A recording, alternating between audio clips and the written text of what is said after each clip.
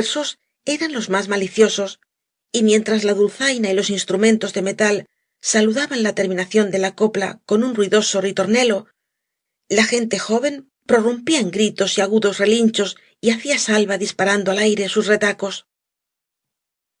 El diablo que durmiera aquella noche en el palmar.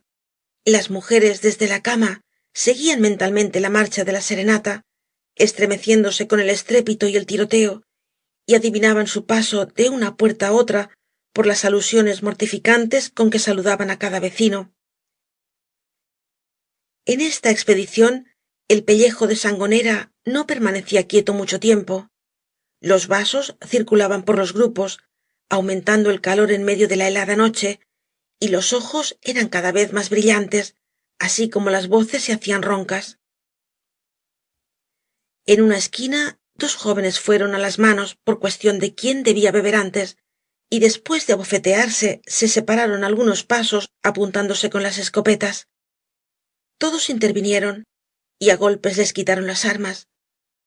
A dormir. ¿Les había hecho daño el vino? Debían irse á la cama. Y los de Les Albaes siguieron adelante con sus cantos y relinchos. Estos incidentes entraban en la diversión, todos los años ocurrían. A las 3 horas de lento paso por el pueblo todos iban borrachos. Dimoni, con la cabeza pesada y los ojos cerrados, parecía estornudar en la dulzaina, y el instrumento gemía indeciso y vacilante como las piernas del tañedor. Sangonera, viendo el pellejo casi vacío, quería cantar, y coreado por un continuo fora, fora, entre silbidos y relinchos, improvisaba coplas incoherentes contra los ricos del pueblo. No quedaba vino, pero todos confiaban en dar fondo a la mitad de su viaje frente a casa de Cañamél, donde renovarían la provisión. Cerca de la taberna, obscura y cerrada, los de los Albaes encontraron á Tonet envuelto en la manta hasta los ojos y enseñando por bajo de ella la boca del retaco. El cubano temía la indiscreción de aquella gente. Recordaba lo que él había hecho en noches iguales y creía contenerlos con su presencia. La comitiva, abrumada por la embriaguez y el cansancio, pareció recobrar nueva vida frente á la casa de Cañamél, como si al través de las rendijas de la puerta llegase á todos el perfume de los toneles. Uno cantó una canción respetuosa al señor don Paco, halagándole para que abriese, apellidándolo la flor de los amigos y prometiendo las simpatías de todos si llenaba el pellejo. Pero la casa permaneció silenciosa. No se movió una ventana, no sonó el más leve ruido en su interior. En la segunda copla ya le hablaban de tú al pobre Cañamél, y la voz de los cantores temblaba con cierta irritación que prometía una lluvia de insolencias. Tonet mostrábase inquieto. Che, no feu el porc, decía á sus amigos con acento paternal. Pero buena estaba la gente para oír consejos. La tercera copla fué para Neleta, la mujer más resalada del palmar, compadeciéndola por estar casada con el tacaño Cañamél, que para nada servía. Y á partir de esta copla, la serenata se convirtió en un venenoso chaparrón de escandalosas alusiones. La concurrencia se divertía, encontraban las coplas más gustosas aun que el vino, y reían con esa preferencia que muestra la gente rural por divertirse á costa de los infortunios.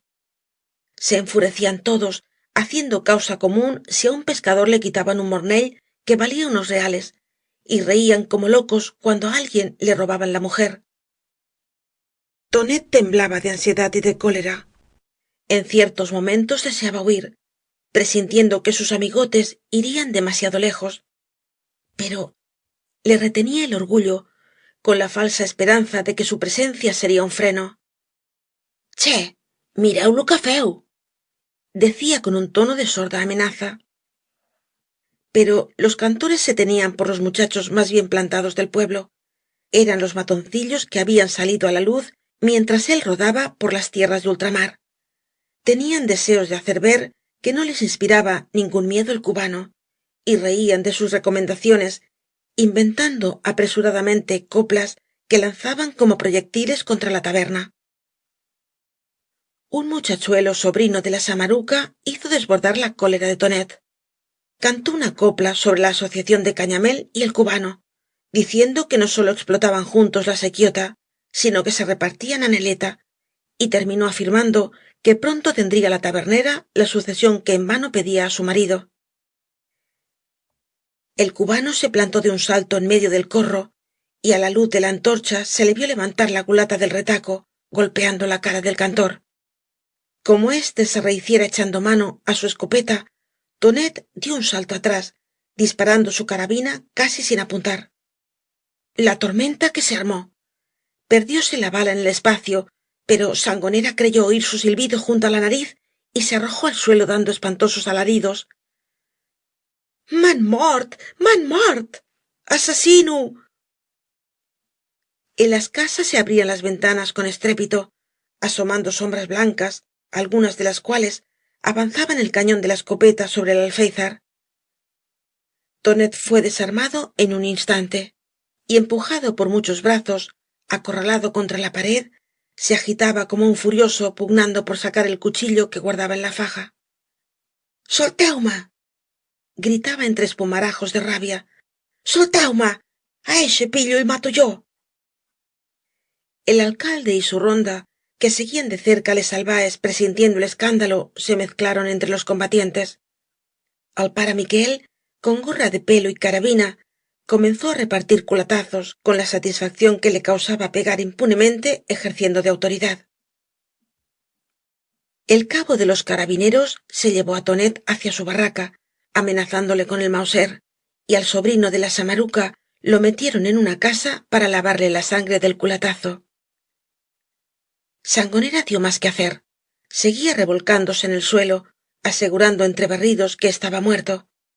Le daban el último vino del pellejo para animarlo, y el vagabundo, satisfecho del remedio, juraba que estaba pasado de parte a parte y no podía levantarse hasta que el enérgico vicario, adivinando su marrullería, le largó 2 saludables patadas que instantáneamente le pusieron en pie. El alcalde ordenó que les Albaes siguieran su marcha. Ya habían cantado bastante á Cañamél. El funcionario sentía por el tabernero ese respeto que inspira en los pueblos el hombre rico y quería evitarle nuevos disgustos. Se alejó la serenata como desmayada. En vano hacía escalas la dulzaina de dimoni, pues los cantores viendo seco el pellejo sentían obstruida su garganta. Fueron cerrándose las ventanas. La calle quedó solitaria, pero los últimos curiosos, al retirarse, creyeron oír en el piso alto de la taberna rumor de voces, choque de muebles y algo como un lejano llanto de mujer interrumpido por las exclamaciones sordas de una voz furiosa. Al día siguiente sólo se hablaba en el palmar de lo ocurrido en les Albaes frente á la casa de Cañamél. Tonet no osaba presentarse en la taberna. Temía abordar la penosa situación en que le había colocado la imprudencia de los amigos. Durante la mañana vagó por la plaza de la iglesia sin atreverse á ir más adelante, viendo de lejos la puerta de la taberna llena de gente.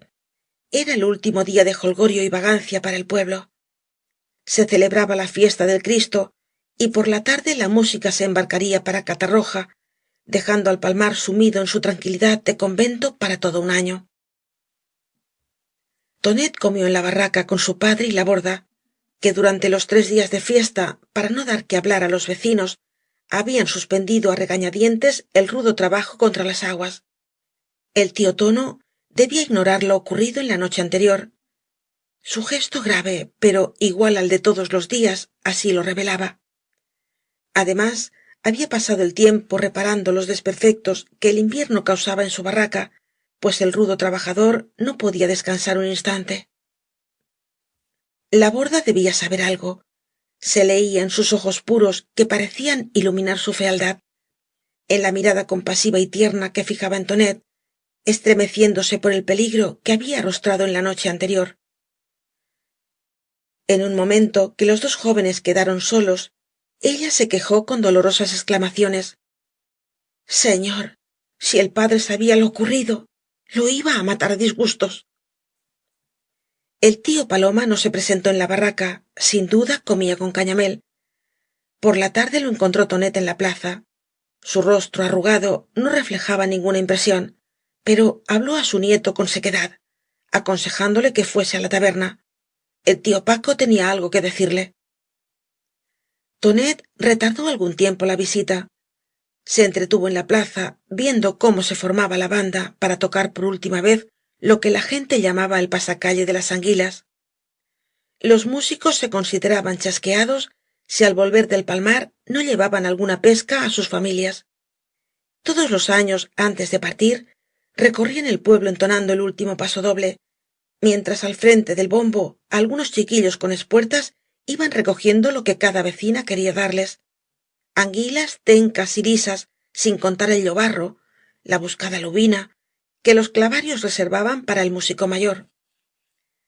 La música rompió á tocar, andando con paso lento, para que las pescadoras depositasen sus ofrendas. Entonces fué cuando Tonet se decidió á entrar en casa de Cañamél. Buenas tardes, caballers, gritó alegremente para darse ánimos. Neleta, tras el mostrador, le lanzó una mirada indefinible y bajó la cabeza para que no viese sus ojeras profundas y los párpados enrojecidos por el llanto. Cañamél le contestó desde el fondo del establecimiento, señalando majestuosamente la puerta de las habitaciones interiores. Pasa, pasa, tenim que parlar. Los dos hombres entraron en un estudi inmediato a la cocina, que servía algunas veces de dormitorio a los cazadores de Valencia. Cañamél no dio tiempo a su socio para sentarse. Estaba lívido. Sus ojillos brillaban más hundidos que nunca entre los bullones de grasa, y su nariz corta y redonda temblaba como un tic nervioso. El tío Paco abordó la cuestión. Aquello había de acabarse. Ya no podían seguir juntos en el negocio ni ser amigos. Y como Tonet intentase protestar, el gordo tabernero, que estaba en un momento de pasajera energía, tal vez el último de su existencia, le detuvo con un gesto. Nada de palabras. Era inútil. Estaba resuelto a concluir. Hasta el tío Paloma reconocía su razón. Habían emprendido el negocio con el trato de que él pondría el dinero y el cubano el trabajo. Su dinero no había faltado. El esfuerzo del socio es lo que nadie veía. El señor lo pasaba a lo grande, mientras su pobre abuelo se mataba trabajando por él. Y si solo fuese esto, se había metido en aquella casa como si fuese de su propiedad. Parecía el amo de la taberna. Comía y bebía de lo mejor, disponía del cajón como si no tuviese dueño. Se permitía libertades que no quería recordar. Se apoderaba de su perra, de su escopeta y, según decía ahora la gente, hasta de su mujer. Mentira, mentira, gritó Tonet con el ansia del culpable. Cañamél le miró de un modo que le hizo ponerse en guardia con cierto miedo. Sí, seguramente era mentira. También creía él lo mismo. Esto les valía a Neleta y a Tonet, porque si él llegase a sospechar remotamente que pudieran ser ciertas las porquerías que aquellos canallas habían cantado la noche anterior, era hombre para retorcerle el pescuezo a ella y meterle un escopetazo a él entre ceja y ceja. ¿Qué se había figurado? El tío Paco era muy bueno, pero, a pesar de su enfermedad, resultaba tan hombre como cualquiera cuando le tocaban lo suyo. Y el tabernero, temblando de sorda cólera, se paseaba como el caballo viejo y enfermo, pero de raza fuerte, que sabe encabritarse hasta el último momento. Tonet miraba con admiración al antiguo aventurero, que, en su enfermiza indolencia, panzudo y hablando, encontraba aún la energía de sus tiempos de luchador, libre de escrúpulos. En el silencio de la habitación resonaba el eco lejano de los instrumentos de metal que recorrían el pueblo. Cañamél volvió á hablar, y sus palabras fueron acompañadas por la música cada vez más próxima.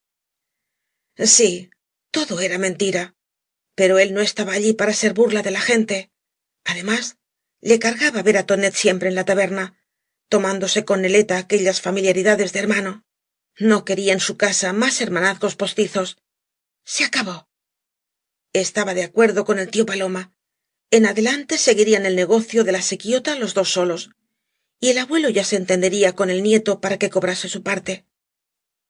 Tonet nada tenía que tratar con Cañamél. Si no estaba conforme, podía decirlo. Él era el amo de la sequiota, por el sorteo, pero el tío Paco retiraría sus redes y su capital. tonet disgustaría á su abuelo y allá veríamos cómo se las arreglaba solo. Tonet no protestó ni opuso resistencia. Lo que acordase su abuelo bien hecho estaba. La música llegó enfrente de la taberna, se detuvo y su armónico estrépito hizo estremecer las paredes. Cañamél levantó la voz para ser oído. Una vez resuelto lo del negocio, quedaba el hablar los dos, de hombre a hombre. Y él con su autoridad de marido, que no quiere que se le rían, y de hombre que cuando era preciso sabía poner en la puerta á un parroquiano molesto, ordenaba á Tonet que no se acercase más por la taberna. Lo entendía bien. Se acabó la amistad. Era lo más acertado para impedir murmuraciones y mentiras. La puerta de aquella casa debía ser en adelante para el cubano tan alta como el Miguelete de Valencia. Y mientras los trombones lanzaban sus rugidos á la puerta de la casa, Cañamél erguía su figura casi esférica sobre las puntas de los pies y elevaba el brazo al techo para expresar la altura enorme, inconmensurable, que en adelante había de separar al cubano del tabernero y su mujer. Capítulo 6.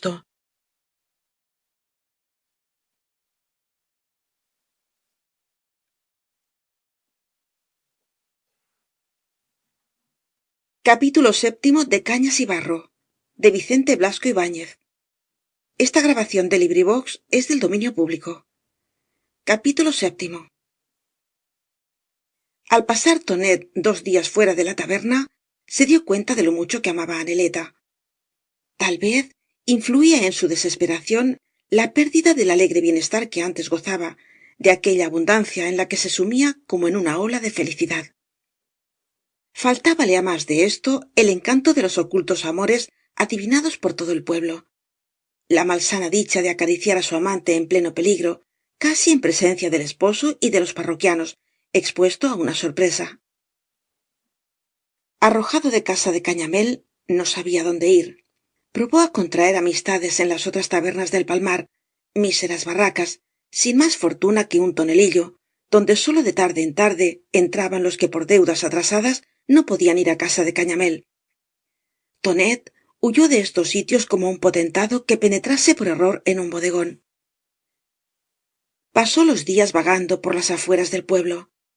Cuando se cansaba iba al Saler, al Perelló, al puerto de Catarroja, á cualquier sitio para matar el tiempo. Él, tan perezoso, perchaba horas enteras en su barquito para ver á un amigo, sin otro propósito que fumar un cigarro con él. La situación le obligaba á vivir en la barraca de su padre, examinando con cierta inquietud al tío Tóni, que alguna vez, en la fijeza de su mirada, parecía revelarle su conocimiento de todo lo ocurrido. Tonet cambió de conducta á impulsos del tedio. Para vagar de un lado á otro de la albufera como un animal enjaulado, mejor era prestar su ayuda al pobre padre. Y desde el día siguiente, con la pasajera furia de los perezosos cuando se deciden al trabajo, fué, como en otros tiempos, á arrancar barro de las acequias. El tío Tóni demostró su gratitud por este arrepentimiento desarrugando el ceño y dirigiendo algunas palabras á su hijo. Lo sabía todo. Las cosas ocurrían tal como él las anunciaba. Tonet no había procedido como un paloma, y el padre sufrió mucho oyendo lo que se decía de él. Le hería dolorosamente ver á su hijo viviendo á costa del tabernero y robándole además la mujer. Mentira, mentira, contestaba el cubano con la ansiedad del culpable. Son calumnias. Mejor. El tío Tóni celebraba que fuese así. Lo importante era haber salido del peligro. Ahora á trabajar, á ser hombre honrado, á ayudar al padre en la tarea de enterrar sus charcas. Cuando éstas se convirtiesen en campos y en el palmar viesen á los palomas recoger muchos sacos de arroz, ya encontraría Tonet una compañera. Podría escoger entre todas las muchachas de los pueblos inmediatos. A un rico nadie le contesta negativamente. Y Tonet, animado por las palabras de su padre, entregábase al trabajo con verdadera rabia. La pobre Borda se fatigaba á su lado más aún que yendo con el tío Tóni. El cubano siempre creía que trabajaba poco. Era exigente y brutal con la infeliz muchacha. La cargaba como si fuese una bestia, pero comenzaba él por dar ejemplo de fatiga.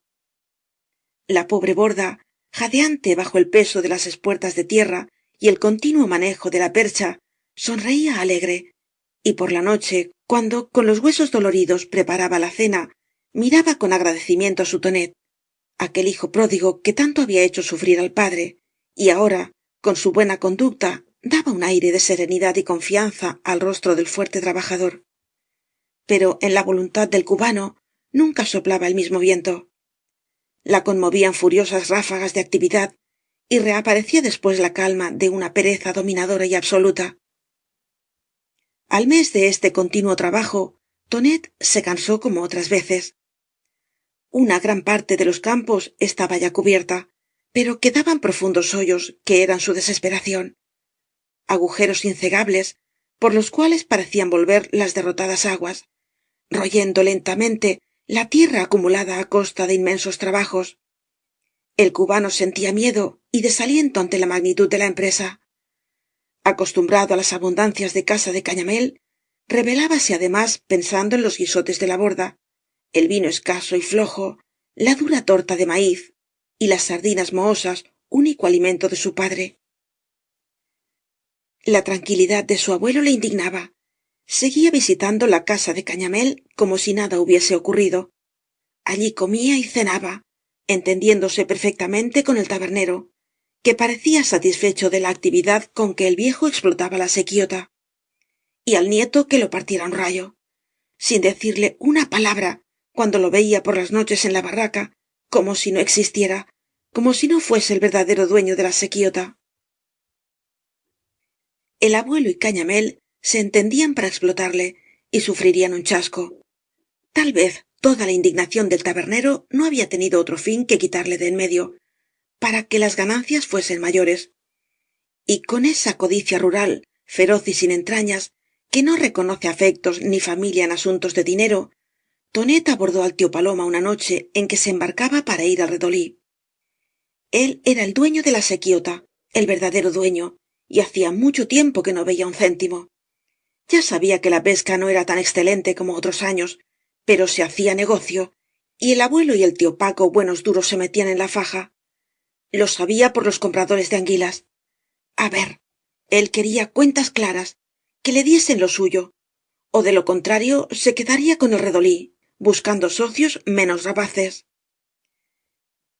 El tío Paloma, con la autoridad despótica que creía tener de derecho sobre toda su familia, se consideró en los primeros instantes obligado á abrirle la cabeza á su nieto con el extremo de la percha, pero pensó en los negros que el cubano había muerto allá lejos, y recordóns, a un hombre así no se le pega, aunque sea de la familia.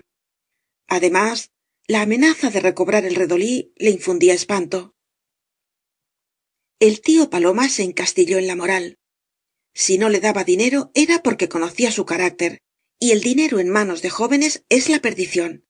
Se lo bebería, iría á jugárselo con los pillos que manejaba en la baraja á la sombra de cualquier barraca del Saler. Prefería guardarlo él, y así prestaba un favor á Tonet. Al fin, cuando él muriese, ¿para quién sería lo suyo más que para el nieto?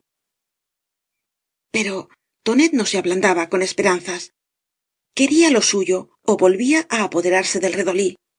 Y tras penosos regateos que duraron más de 3 días, el barquero se decidió una tarde á escarbar su faja, sacando con gesto doloroso un cartucho de duros. Podía tomarlo. Judío, mal corazón. Cuando lo hubiese gastado en pocos días, que volviese por más. No debía tener escrúpulos. A reventar al abuelo. Ya veía claro cuál era su porvenir en plena ancianidad. Trabajar como un esclavo para que el señor se diese la gran vida. Y se alejó de Tonet como si perdiese para siempre el escaso afecto que aún sentía por él. El cubano, al verse con dinero, no volvió por la barraca de su padre. Quiso entretener su ociosidad con la caza, haciendo una vida de hombre de guerra, sacando su comida de la pólvora, y comenzó por comprar una escopeta algo mejor que las armas venerables que se guardaban en su casa.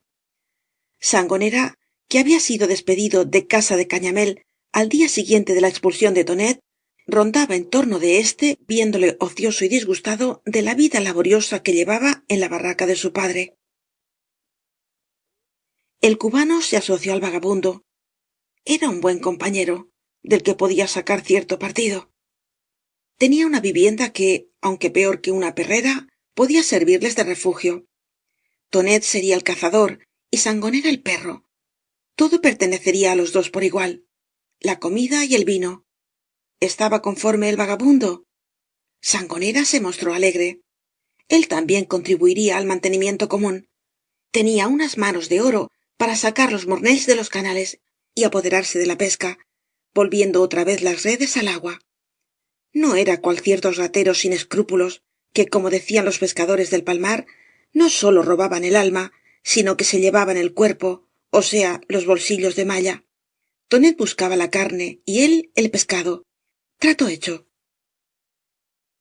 Desde entonces, sólo de tarde en tarde, vieron en el pueblo al nieto del tío Paloma, con la escopeta al hombro, silbando cómicamente á Sangonera, que marchaba tras de sus pasos con la cabeza baja, mirando astutamente á todos lados por si había algo aprovechable al alcance de sus zarpas. Pasaban semanas enteras en la dehesa, haciendo una vida de hombres primitivos. Tonet, en medio de su tranquila existencia en el palmar, había pensado muchas veces con melancolía en sus años de guerra, en la libertad sin límites y llena de peligros del guerrillero, que teniendo la muerte ante los ojos, no ve obstáculos ni barreras, y carabina en mano cumple sus deseos sin reconocer otra ley que la de la necesidad. Los hábitos contraídos en sus años de vida belicosa en plena selva los resucitaba ahora en la dehesa, a 4 pasos de poblaciones donde existían leyes y autoridad. Con ramaje seco fabricábanse chozas él y su compañero en cualquier rincón de la arboleda. Cuando tenían hambre mataban un par de conejos o palomas salvajes de las que revoloteaban entre los pinos, y si necesitaban dinero para vino y cartuchos, Tonet se echaba la escopeta á la cara y en una mañana lograba formar un racimo de piezas que el vagabundo vendía en el saler o en el puerto de Catarroja, volviendo con un pellejo que ocultaba en los matorrales. La escopeta de Tonet, sonando con insolencia por toda la dehesa, fué un reto para los guardas, que hubieron de abandonar su tranquila vida de solitarios. Sangonera estaba al acecho como un perro mientras cazaba Tonet, y al ver con su aguda mirada de vagabundo la aproximación de los enemigos, silbaba á su compañero para ocultarse. Varias veces se encontró el nieto del tío Paloma frente á frente con los perseguidores y sostuvo gallardamente su voluntad de vivir en la dehesa. Un día disparó un guarda contra él, pero momentos después, como una amenazadora respuesta, oyó el silbido de una bala junto á su cabeza.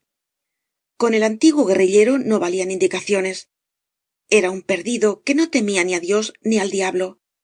Tiraba tan bien como su abuelo, y cuando enviaba la bala cerca era porque sólo quería hacer una advertencia. Para acabar con él era preciso matarle. Los guardas, que tenían numerosa familia en sus chozas, acabaron por transigir mudamente con el insolente cazador, y cuando sonaba el estampido de su escopeta fingían oír mal, corriendo siempre en dirección opuesta. Sangonera, aporreado y despedido de todas partes, sentíase fuerte y orgulloso bajo la protección de Tonet, y cuando entraba en el saler miraba con insolencia á todos, como un perrillo labrador que cuenta con el amparo del amo. A cambio de esta protección, afinaba sus condiciones de vigilante, y si de tarde en tarde alguna pareja de guardia civil venía de la huerta á Ruzafa, Sangonera la adivinaba antes de verla, como si la husmease. —¡Os tricornios! —decía á su compañero—, ya están ahí.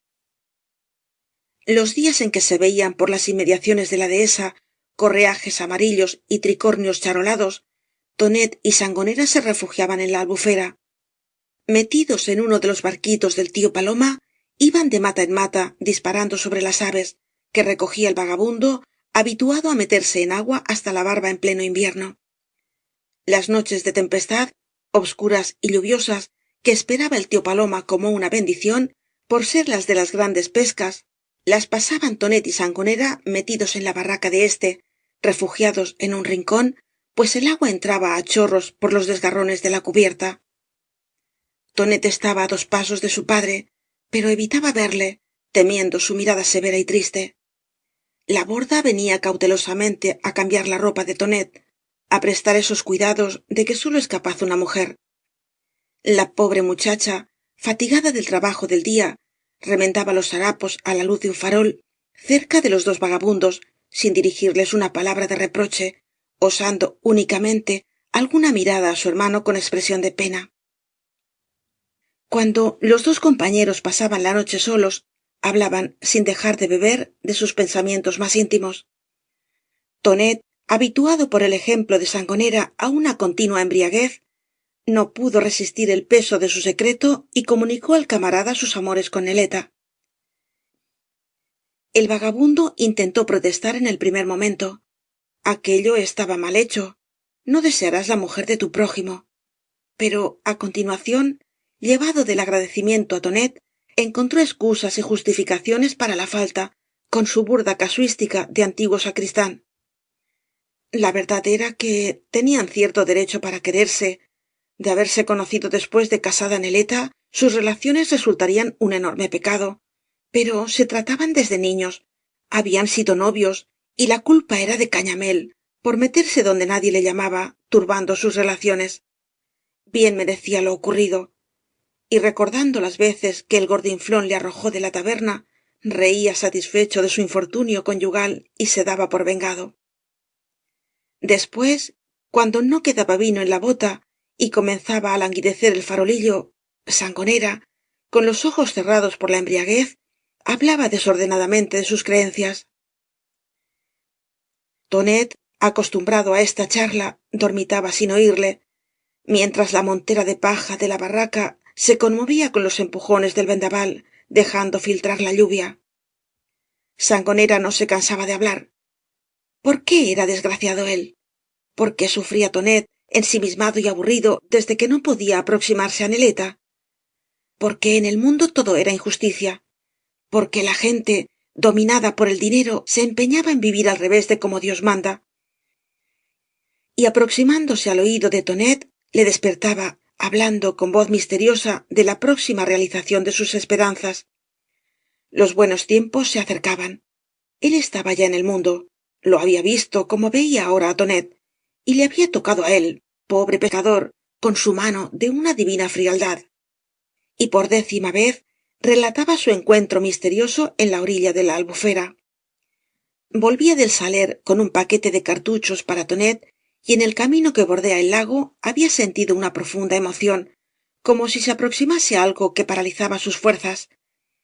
Las piernas se le doblaron y cayó al suelo, deseando dormir, anularse, no despertar más. Era que estabas borracho, decía Tonet al llegar á este punto. Pero Sangonera protestaba. No, no estaba ebrio. Aquel día bebió poco. La prueba era que permaneció despierto á pesar de que el cuerpo se negaba á obedecerle. Terminaba la tarde. La albufera tenía un color morado. A lo lejos, en las montañas, se enrojecía el cielo con oleadas de sangre, y sobre este fondo, avanzando por el camino, vio Sangonera un hombre que se detuvo al llegar junto á él. El vagabundo se estremecía al recordarlo. La mirada dulce y triste, la barba partida, la cabellera larga. ¿Cómo iba vestido? Sólo recordaba una envoltura blanca, algo así como túnica o blusa muy larga, y á la espalda, como abrumado por su peso, un enorme armatoste que Sangonera no podía definir. Tal vez era el instrumento de un nuevo suplicio, con el cual se redimirían los hombres. Se inclinó sobre él, y toda la luz del crepúsculo pareció concentrarse en sus ojos. Tendió una mano y rozó con sus dedos la frente de Sangonera, con un contacto frío que le estremeció desde la raíz del cabello hasta los talones. Murmuró con voz dulce unas palabras armoniosas y extrañas que el vagabundo no pudo comprender, y se alejó sonriendo, mientras él, á impulsos de la emoción, caía en un profundo sueño, para despertar horas después en la obscuridad de la noche. No le había visto más, pero era él, estaba seguro. Volvía al mundo para salvar su obra, comprometida por los hombres. Iba otra vez en busca de los pobres, de los sencillos, de los míseros pescadores de las lagunas. Sangonera debía ser uno de los elegidos, por algo le había tocado con su mano, y el vagabundo anunciaba con el fervor de la fe el propósito de abandonar á su compañero apenas se presentase de nuevo el dulce aparecido. Pero tonet protestaba con mal humor, viendo interrumpido su sueño, y le amenazaba con voz fosca. Quería callar. Le había dicho muchas veces que aquello no era más que un ensueño de borracho. De estar claro y en seco, que es como debía cumplir sus encargos, hubiese visto que el hombre misterioso era cierto italiano vagabundo, que pasó 2 días en el palmar afilando cuchillos y tijeras, y llevaba á la espalda la rueda de su oficio. Enmudecía Sangonera por miedo á la mano de su protector, pero su fe se escandalizaba, rebelándose en silencio contra las vulgares explicaciones de tonet. Volvería á verle. Tenía la certeza de oir de nuevo su lenguaje dulce y extraño, de sentir en su frente la mano helada, de ver su sonrisa suave. Únicamente le entristecía la posibilidad de que el encuentro se repitiera al terminar la tarde, cuando él hubiese apagado muchas veces su sed y viera paralizadas las piernas. Así pasaban el invierno los dos compañeros, Sangonera acariciando las más extravagantes esperanzas, tonet pensando en neleta, á la que no veía nunca, pues el joven en sus raros viajes al palmar se detenía en la plaza de la iglesia, no osando aproximarse á la casa de cañamél. Esta ausencia, prolongándose meses y meses, hacía crecer en su memoria el recuerdo de la pasada felicidad, agrandándola con engañosa desproporción. La imagen de neleta llenaba sus ojos. La veía en la selva donde se perdieron de niños, en el lago donde se entregaron rodeados del dulce misterio de la noche. No podía moverse en el círculo de agua y fango donde se desarrollaba su vida sin tropezar con algo que se la recordase. Aguijoneado por la abstinencia y enardecido por el vigor de su vida errante, dormía tonet muchas noches con sueño agitado, y Sangonera le oía llamar á neleta con el rugido del macho inquieto. Un día tonet, arrastrado por esta pasión que le enloquecía, sintió la necesidad de verla. Cañamél, cada vez más enfermo, había ido á la ciudad. El cubano entró resueltamente en la taberna á mediodía, cuando todos los parroquianos estaban en sus casas y podía encontrar á neleta sola tras el mostrador. La tabernera, al verle en la puerta, dio un grito, como si se presentara un resucitado. Un relámpago de alegría pasó por sus ojos, pero inmediatamente se entenebrecieron, como si la razón reapareciese en ella, y bajó la cabeza con gesto huraño é inabordable. Vestan, murmuró. És que vols perdre'm. ¿Perderla él? Y esta suposición le causó tal pena que no osó protestar. Instintivamente retrocedió, y por pronto que quiso arrepentirse de su debilidad, ya estaba en la plaza lejos de la taberna. No intentó volver. Cuando pensaba ir á ella á impulsos de su contenida pasión, bastaba el recuerdo de aquel gesto para que inmediatamente le dominara una gran frialdad. Todo estaba acabado entre los dos. Cañamél, de quien se burlaba en otro tiempo, era un obstáculo insuperable. El odio que sentía hacia el marido le hacía ir en busca de su abuelo, creyendo que cuanto realizara contra éste era en perjuicio del esposo de neleta. Dinero. Quería dinero. Se enriquecerían con la sequiota, y á él, que era el amo, lo olvidaban. Estas demandas producían entre abuelo y nieto discusiones y enfados, que milagrosamente no acababan á golpes en la orilla del canal. Los barqueros viejos se asombraban ante la paciencia que mostraba el tío Paloma para convencer á su nieto. El año era malo, la sequiota no daba el resultado que esperaban. Además, Cañamél estaba enfermo y se mostraba intratable. El mismo tío Paloma deseaba en ciertos momentos que acabase el año y viniera un nuevo sorteo, para enviar al diablo un negocio que tantos disgustos le proporcionaba. Su antiguo sistema era el bueno, que cada uno pescase para él. Compañías ni con la mujer. Cuando tonet conseguía arrancar algunos duros á su abuelo, silbaba alegremente á Sangonera, y de taberna en taberna iban hasta Valencia, pasando varios días de crápula en los bodegones de los arrabales, hasta que la ligereza de los bolsillos les obligaba á volver á la albufera. En las conversaciones con su abuelo se había enterado de la enfermedad de Cañamél. En el palmar no se hablaba de otra cosa, por ser el tabernero la primera persona del pueblo, ya que casi todos en el momento de apuro solicitaban sus favores. Cañamél se agravaba en sus dolencias. No era aprensión, como todos creían al principio. Su salud estaba quebrantada, pero al verle cada vez más grueso, más hinchado, desbordando grasa, la gente declaraba con gravedad que iba á morir de exceso de salud y buena vida. Cada vez se quejaba más, sin poder precisar dónde estaba su mal. El reuma traidor, producto de aquella tierra pantanosa, ayudado por una vida de inmovilidad, se paseaba por su corpachón jugando al escondite, perseguido por las cataplasmas y los remedios caseros que nunca podían alcanzarle en su loca carrera. El tabernero se quejaba por la mañana de la cabeza y á la tarde del vientre ó de la hinchazón de las extremidades. Las noches eran terribles y más de una saltaba del lecho y abría la ventana en pleno invierno, afirmando que se ahogaba en la habitación, no encontrando en ella aire para sus pulmones. Hubo un momento en que creyó haber desenmascarado su enfermedad. Ya la tenía, y conocía el nombre de la pícara. Cuando comía mucho, era mayor la dificultad en la respiración y sentía violentas náuseas. Su enfermedad estaba en el estómago. Y comenzó á medicinarse reconociendo que el tío Paloma era un sabio. Lo que él tenía era exceso de comodidades, como decía el barquero, la enfermedad de comer demasiado y beber bien. La abundancia era su enemigo. La samaruca, su terrible cuñada, se había aproximado á él desde que expulsó á Tonet de la taberna. Al fin, como afirmaba ella con fiereza de arpía, su cuñado había tenido vergüenza una vez. Salía á su encuentro cuando Cañamél paseaba por el pueblo. Le llamaba fuera de la taberna, pues no se atrevía á presentarse ante Neleta dentro de su casa, segura de que la pondría en la puerta. Y en estas entrevistas se enteraba con exagerado interés de la salud del cuñado, lamentando sus locuras. Debía haber permanecido solo después de la pérdida de la difunta. Había querido hacer el chaval casándose con una muchacha, y todo lo tenía, disgustos y falta de salud. Aquella imprudencia le salía al exterior, y gracias que no le costase la vida.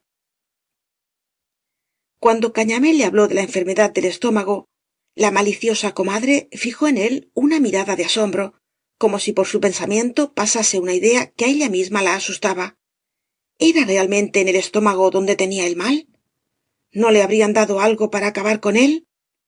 Y el tabernero, en los malignos ojos de la mala vieja, vio una sospecha tan clara, tan odiosa contra Neleta, que se enfureció, faltando poco para que la pegase. arre allá, mala bestia. Ya lo decía la pobre difunta, que temía á su hermana más que al demonio. Y volvió la espalda á la samaruca, proponiéndose no verla más. Sospechar tales horrores de Neleta. Nunca se había mostrado su mujer tan buena y solícita con él. Si algo de rencor quedaba en el tío Paco, de la época en que Tonet se hacía dueño de la taberna con el apoyo silencioso de su mujer, había desaparecido ante la conducta de Neleta, que olvidaba todos los asuntos del establecimiento para pensar solo en su marido. Dudaba ella del saber de aquel médico casi ambulante, triste jornalero de la ciencia que llegaba 2 veces por semana al palmar, aconsejando la quinina á todo pasto, como si no conociera otro medicamento, y arrollando la creciente pereza de su marido, le vestía como un pequeño, colocándole cada prenda entre quejidos y protestas de reumático, y lo llevaba á Valencia para que le examinasen los médicos de fama. Ella hablaba por él, aconsejándole como una madre para que hiciese todo cuanto le mandaban aquellos señores. La respuesta era siempre la misma. No tenía más que un reuma, pero un reuma fuerte, que no se localizaba en parte alguna, que dominaba todo el organismo como resultado de su juventud agitada de vagabundo y de la vida perezosa y sedentaria que llevaba ahora. Debía agitarse, trabajar, hacer mucho ejercicio y, sobre todo, privarse de excesos. Nada de beber, pues se adivinaba en él la profesión de tabernero aficionado a trincar con los parroquianos. nada de otros abusos. Y los médicos bajaban la voz, completando con guiños significativos sus recomendaciones, que no osaban formular claramente en presencia de una mujer. Volvían a la albufera animados por repentina energía después de oír a los médicos. Él estaba dispuesto a todo. Quería agitarse para echar lejos aquella grasa que envolvía su cuerpo abrumando sus pulmones. Iría a los baños que le recomendaban. Obedecería a Neleta, que sabía más que él y asombraba con su desparpajo a aquellos señores tan graves. Pero apenas entraba en la taberna, toda su voluntad se desplomaba. Se sentía agarrado por la voluptuosidad de la inercia, no atreviéndose a mover un brazo más que a costa de quejidos y supremos esfuerzos. Pasaba los días junto a la chimenea, mirando el fuego, con la cabeza vacía, bebiendo copas a instancias de los amigos. Por una más no iba a morir. Y si Neleta le miraba severamente, riñéndole como a un niño, el hombretón se excusaba con humildad. Él no podía despreciar a los parroquianos, había que atenderlos, el negocio era antes que la salud. En este desaliento, con la voluntad muerta y el cuerpo agarrotado por el dolor, su instinto carnal parecía crecer, aguzándose de tal modo que le atormentaba a todas horas con pinchazos de fuego. Experimentaba cierto alivio buscando a Neleta. Era un latigazo que conmovía su ser y tras el cual los nervios parecían calmarse. Ella le reñía. Se estaba matando. Debía recordar los consejos de los médicos. Pero el tío Paco excusábase lo mismo que al beber una copa. Por una vez no iba a morir. Y ella cedía con resignación, brillando en sus ojos de gata una chispa de maligno misterio, como si en el fondo de su ser sintiera un goce extraño por este amor de enfermo que aceleraba el fin de una vida. Cañamél gemía, dominado por el carnal instinto.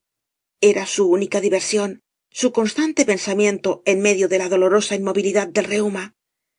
Por la noche se ahogaba al tenderse en el lecho. Tenía que esperar el amanecer sentado en un sillón de cuerda junto a la ventana, con doloroso resuello de asmático. De día sentíase mejor, y cuando se cansaba de tostar sus piernas ante el fuego, entrábase con paso vacilante en las habitaciones interiores. Neleta, Neleta, gritaba con voz ansiosa, en la que su mujer adivinaba una súplica. Y Neleta iba allá con gesto resignado, abandonando el mostrador á su tía, permaneciendo oculta más de una hora, mientras sonreían los parroquianos, enterados de todo por su vida casi en común con los taberneros. El tío Paloma, que así como se aproximaba el término de la explotación del redolí era menos respetuoso con su consocio, decía que Cañamél y su mujer se perseguían en la taberna como los perros en plena calle. La samaruca afirmaba que estaban asesinando á su cuñado. La tal Neleta era una criminal y su tía una bruja. Entre las dos habían dado algo al tío Paco que le trastornaba el juicio. Tal vez los polvos seguidores que sabían fabricar ciertas mujeres para vencer el desvío de los hombres. Así andaba el pobre, rabioso tras ella, sin apagar nunca su sed, perdiendo cada día un nuevo jirón de salud. Y no había justicia en la tierra para castigar este crimen. El estado del tío Paco justificaba las murmuraciones. Los parroquianos le veían inmóvil junto al hogar, aún en pleno verano, buscando el fuego en el que hervían las paellas. Las moscas revoloteaban junto á su cara, sin que mostrase voluntad para espantarlas. En los días de sol se envolvía en la manta, gimiendo como un niño, quejándose del frío que le producían los dolores. Sus labios tomaban un color azulado. Las mejillas, flácidas y abultadas, tenían la palidez amarillenta de la cera, y los ojos saltones estaban rodeados de una aureola negra en la que parecían hundirse. Era un fantasma enorme, grasiento y temblón, que entristecía con su presencia á los parroquianos. El tío Paloma, que había terminado con Cañamél el negocio del redolí, no iba por la taberna. Aseguraba que el vino le parecía menos gustoso mirando aquel fardo de dolores y gemidos. Como el viejo tenía ahora dinero, frecuentaba una tabernilla donde le habían seguido sus amigos, y la concurrencia de casa de Cañamél sufrió gran disminución. Neleta aconsejaba á su marido que fuese á los baños que recomendaban los médicos. Su tía le acompañaría. Mesaban, respondía el enfermo. Después. Y seguía inmóvil en la silleta de esparto, sin voluntad para separarse de la mujer y de aquel rincón al que parecía agarrada su existencia. Los tobillos comenzaron á hinchársele, tomando monstruosas dimensiones. Neleta esperaba esto. Era la hinchazón de los maléolos. Esto es, recordaba bien el nombre, que le había anunciado un médico en su último viaje á Valencia. Esta manifestación de la enfermedad sacó á Cañamél de su sopor. Ya sabía él lo que era aquello, la humedad maldita del palmar que se le metía por los pies al permanecer quieto, y obedeció á Neleta, que le ordenaba trasladarse á otro terreno. En Ruzafa tenían, como todos los ricos del palmar, su casita alquilada para casos de enfermedad. Allí podría valerse de los médicos y las farmacias de Valencia. Cañamél emprendió el viaje acompañado de la tía de su mujer, y estuvo ausente unos 15 días. Pero apenas la hinchazón decreció un poco, el tío Paco quiso volver, afirmando que ya estaba bueno. No podía vivir sin su Neleta. En Ruzafa sentía el frío de la muerte cuando, al llamar á su esposa, se presentaba la tía con su cara arrugada y hocicuda de anguila vieja. Volvió á reanudar los antiguos hábitos, sonando en la taberna el débil quejido de Cañamél como un continuo lamento. A principios del otoño tuvo que volver á Ruzafa en peor estado. La hinchazón comenzaba á extenderse por sus piernas, enormes, desfiguradas por el reuma, verdaderas patas de elefante que arrastraba con dificultad, apoyándose en el más cercano y lanzando un quejido al colocar el pie en el suelo. Neleta acompañó á su marido hasta la barca correo. La tía había ido delante, por la mañana, con el carro de las anguilas para preparar la casita de Ruzafa. Por la noche, al acostarse, después de cerrada la taberna, Neleta creyó oír por el lado que daba al canal un silbido tenue que conocía desde niña. Entreabrió una ventana para mirar. Él estaba allí. Paseaba como un perro triste, con la vaga esperanza de que le abrieran. Neleta cerró, volviéndose á la cama. Resultaba una locura el propósito de Tonet. No era tonta para comprometer su porvenir en un rapto de apasionamiento juvenil. Como decía su enemiga la samaruca, ella sabía más que una vieja. Halagada, sin embargo, por el apasionamiento de Tonet, que corría á ella tan pronto como la consideraba sola, la tabernera se durmió pensando en su amante. Había que dejar correr el tiempo. Tal vez, cuando menos lo esperasen, retoñaría la antigua felicidad. La vida de Tonet había sufrido un nuevo cambio. Volvía á ser bueno, á vivir con su padre, á trabajar en los campos que estaban casi cubiertos de tierra gracias á la tenacidad del tío Tóni. Los desmanes del cubano en la dehesa habían terminado. La Guardia Civil de la Huerta de Ruzafa visitaba con frecuencia la selva. Aquellos soldados bigotudos de cara inquisitorial hacían llegar hasta él su resolución de contestar con una bala de Mauser el primer escopetazo que disparase entre los pinos. El cubano aprovechó la advertencia. Las gentes del correaje amarillo no eran como los guardas de la dehesa. Podían dejarlo tendido al pie de un árbol y después pagaban con un pedazo de papel dando cuenta del hecho. Licenció á Sangonera y otra vez volvió el vagabundo á su vida errante, coronándose de flores de los ribazos cuando estaba ebrio y buscando por el lago la mística aparición que tanto le había impresionado. Tonet, por su parte, colgó la escopeta en la barraca de su padre y juró ante éste un arrepentimiento eterno. Quería que le tuvieran por hombre grave. Sería para el tío Tóni respetuoso y bueno, como éste lo había sido con el abuelo. Acababan para siempre las calaveradas. El padre, enternecido, abrazó á Tonet, lo que no había hecho desde que volvió de Cuba, y juntos se entregaron al enterramiento de los campos con el ardor del que ve su obra próxima á terminar. La tristeza daba nuevas fuerzas á Tonet, endureciendo su voluntad. Impulsado por la pasión que le roía las entrañas, había rondado varias noches en torno de la taberna, sabiendo que Neleta estaba sola. Había visto entreabrirse levemente las hojas de una ventana y volver á cerrarse. Sin duda le había reconocido, y á pesar de esto permanecía muda, inabordable. Nada debía esperar. Sólo le quedaba el cariño de los suyos, y cada vez se unía más al tío Tonio y la Borda, participando de sus ilusiones y sus penas, compartiendo con ellos la miseria y admirándoles con la sencillez de sus costumbres, pues apenas bebía y pasaba las veladas relatando al padre sus aventuras de guerrillero.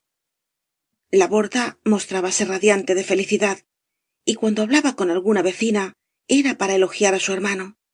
El pobre Tonet, cuán bueno era, cómo alegraba al padre cuando quería. Neleta abandonó repentinamente la taberna para ir á Ruzafa. Tan grande fué su prisa que no quiso esperar la barca correo y llamó al tío Paloma para que en su barquito la condujese al Saler, al puerto de Catarroja, á cualquier punto de tierra firme desde donde pudiera dirigirse á Ruzafa. Cañamél estaba muy grave, agonizaba. Para Neleta no era esto lo más importante. Su tía había llegado por la mañana con noticias que la dejaron inmóvil de sorpresa tras el mostrador. La samaruca estaba en Ruzafa hacía 4 días. Se había metido en la casa como parienta, y la pobre tía no osaba protestar. Además, llevaba con ella á un sobrino, al que quería como un hijo y que vivía con ella, el mismo a quien Tonet había pegado la noche de Les Albaes. Al principio la enfermera calló, con su bondad de mujer sencilla. Eran parientes de Cañamél, y no tenía tan mal corazón que fuese á privar al enfermo de estas visitas. Pero después oyó algunas de las conversaciones de Cañamél y su cuñada. Aquella bruja se esforzaba por convencerle de que nadie le quería como ella y el sobrino. Hablaba de Neleta, asegurando que, tan pronto como él emprendió el viaje, el nieto del tío Paloma entraba en su casa todas las noches. Además, aquí vacilaba de miedo la vieja. El día anterior se presentaron en la casa 2 señores conducidos por la samaruca y su sobrino, uno que preguntaba á Cañamél con voz queda y otro que escribía. Debía ser cosa de testamento. Ante esta noticia, Neleta se mostró tal como era. Su vocecita mimosa, de dulzonas inflexiones, se tornó ronca. Brillaron como si fuesen de talco las claras gotas de sus ojos, y por su piel blanca corrió una oleada de verdosa palidez. ¡Recordóns! Gritó como un barquero de los que concurrían á la taberna. ¿Y para esto se había casado ella con Cañamél? ¿Para esto aguantaba una enfermedad interminable, esforzándose por aparecer dulce y cariñosa? Vibraba en pie dentro de ella, con toda su inmensa fuerza, el egoísmo de la muchacha rústica que coloca el interés por encima del amor. En el primer impulso quiso golpear á su tía, que le comunicaba tales noticias á última hora, cuando tal vez no había remedio, pero la explosión de cólera le haría perder tiempo, y prefirió correr á la barca del tío Paloma con tanta prisa que ella misma empuñó una percha para salir cuanto antes del canal y tender la vela. A media tarde entró como un huracán en la casita de Ruzafa. Al verla la samaruca palideció, e instintivamente fué de espaldas á la puerta, pero apenas intentó retirarse, la alcanzó una bofetada de Neleta, y las 2 mujeres se agarraron del pelo mudamente, con sorda rabia, revolviéndose, yendo de un lado á otro, chocando contra las paredes, haciendo rodar los muebles con las manos crispadas, hundidas en el moño, como 2 vacas uncidas que se pelearan con las cabezas juntas sin poder separarse. La samaruca era fuerte e inspiraba cierto miedo á las comadres del palmar, pero Neleta, con su sonrisita dulce y su voz melosa, ocultaba una vivacidad de víbora y mordía á su enemiga en la cara con un furor que la hacía tragarse la sangre. ¿Qué es això? Gemía en una habitación inmediata la voz de Cañamél, asustado por el estruendo. ¿Qué pasa? El médico que estaba con él salió del dormitorio y, ayudado por el sobrino de la samaruca, pudo separar á las 2 mujeres después de grandes esfuerzos y de recibir no pocos arañazos. En la puerta se agolpaban los vecinos. Admiraban el ciego ensañamiento con que riñen las mujeres y alababan el coraje de la rubia pequeñita que lloraba por no poder desahogarse más. La cuñada de Cañamél huyó seguida de su sobrino. Cerróse la puerta de la casa y Neleta, con los pelos en desorden y la blanca tez enrojecida por los arañazos, entró en el cuarto del marido después de limpiarse la sangre ajena que manchaba sus dientes. Cañamél era una ruina, las piernas hinchadas, monstruosas. El edema, según decía el médico, se extendía ya por el vientre,